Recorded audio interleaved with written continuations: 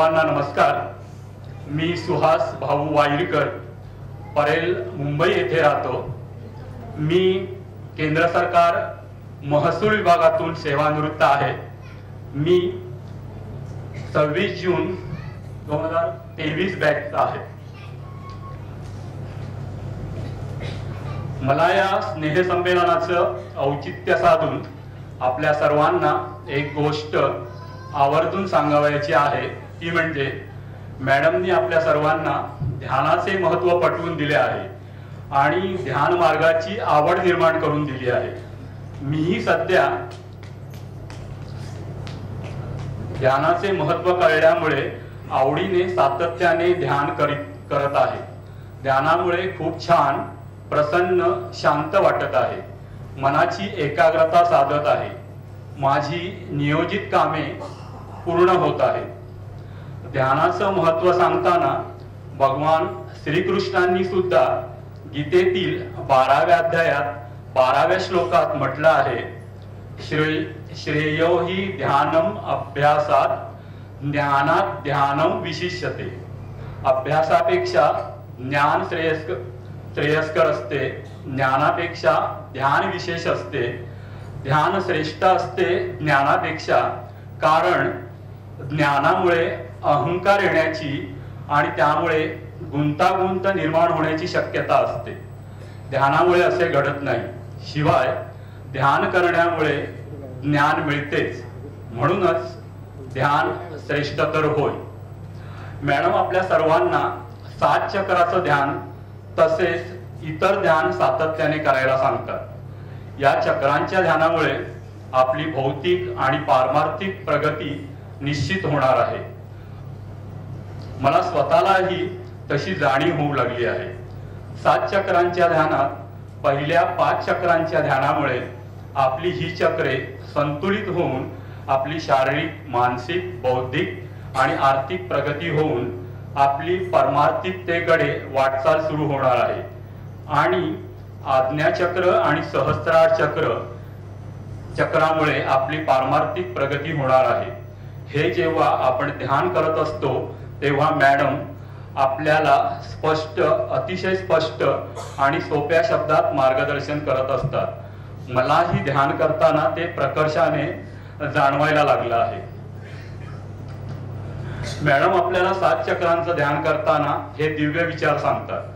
त्यामुळे मॅडम सांगतात त्याप्रमाणे आणि गीतेत भगवान श्रीकृष्णाने ध्यानाचे महत्त्व सांगितल्याप्रमाणे आपण सातत्याने ध्यान केले तर आपली निश्चितच भौतिक आणि पारमार्थिक प्रगतीकडे वाटचाल सुरू होणार आहे, हे जाणवू लागले आहे।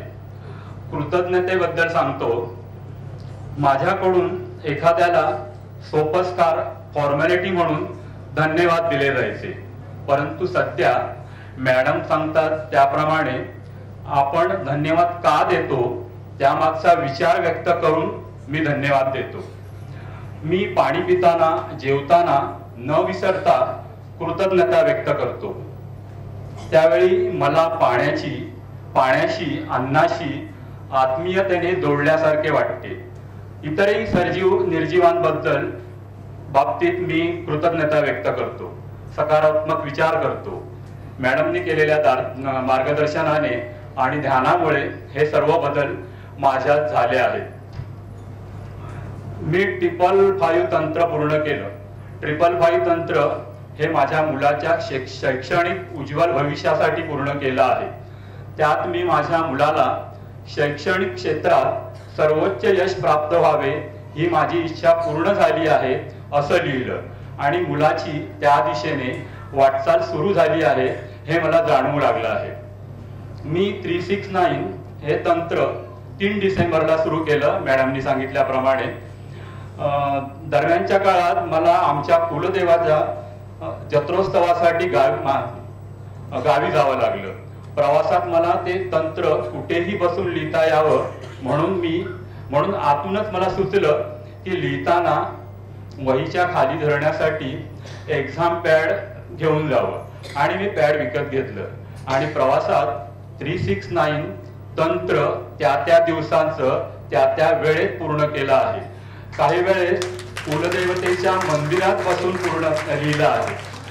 त्या प्रवासाच्या दरम्यान आम्ही देवदर्शनास गेलो तेव्हा श्री भवानी वाघजाई देवीचं चिपळूण येथील मंदिर आम्हाला सापडत नव्हतं. खूप विचारपूस करूनही ते सापडलं नाही आणि अचानक माझं लक्ष मंदिराच्या गावाचं नाव दर्शविणाऱ्या फलकाकडे गेलं. आम्ही थोडं मागे गाडी रिव्हर्स घेऊन मंदिराच्या दिशेने गेलो. मंदिर सापडलं. मंदिरात दुपारची आरती सुरू होती. आरती संपल्यानंतर मला मांडी घालून जमिनीवर बसता येत नसल्यामुळे मंदिराच्या पायरीवर बसून 3-6 तंत्रात लिहावयाची माझी इच्छा वहीत लिहिली. त्यावेळी लिहिताना मला खूप छान प्रसन्न वाटलं. कालच परतीच्या प्रवासात अनपेक्षितपणे पुन्हा भवानी वाघजाई देवीच्या मंदिरात जाण्याचा योग आला.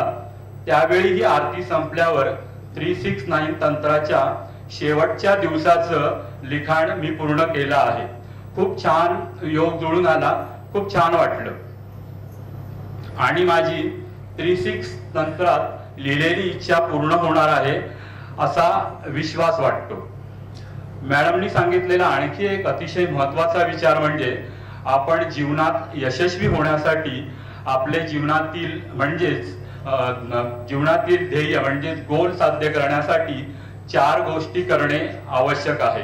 त्या म्हणजे पहिला विचार म्हणजे थॉट, दुसरी कृती म्हणजे ऍक्शन, विश्वास म्हणजे बिलीफ आणि भावना म्हणजे इमोशन. या 4 महत्वाच्या गोष्टींबद्दल मॅडमनी जे मार्गदर्शन केले आहे त्यानुसार माझ्या कीर्तन अलंकाराच्या 6माही परीक्षेसाठी मी सकारात्मक विचार लिहिले, ते सातत्याने वाचले, ते कृतीत आणले आणि मला त्या परीक्षेत प्रथम वर्ग प्राप्त झाला आहे. पाणी पितो.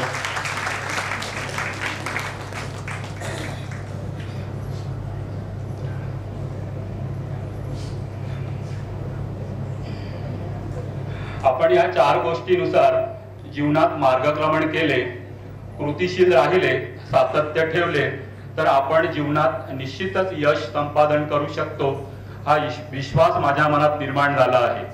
मॅडमने आपल्या सर्वांसाठी सौर ऊर्जा अभ्यासक्रमाची मालिका अभ्यासक्रम अतिशय विचारपूर्वक तयार केला आहे.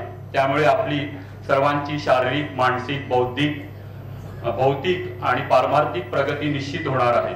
तसेच नातेसंबंध, कौटुंबिक संबंध सुदृढ होऊन सामाजिक आरोग्य सुधारण्यास मदत होणार आहे आणि आपल्या मातृभूमीला प्रगतीपथाकडे नेण्याचा आपला खारीचा वाटा म्हणून आपली वाटचाल सुरू होणार आहे. आदरणीय मॅडमना मनापासून खूप खूप धन्यवाद. आपल्या सर्वांनी माझं हे जे काही छोटं तोडकं मोडकं जे काही मी लिहिलं ते ऐकून घेतलं त्याबद्दल आपले सर्वांचे मनापासून खूप खूप धन्यवाद. आणि त्या ब्रह्मांडाने सुद्धा मला इथे बोलण्यासाठी जे बळ दिलं त्याबद्दल त्या ब्रह्मांडाचे पण खूप मनापासून धन्यवाद.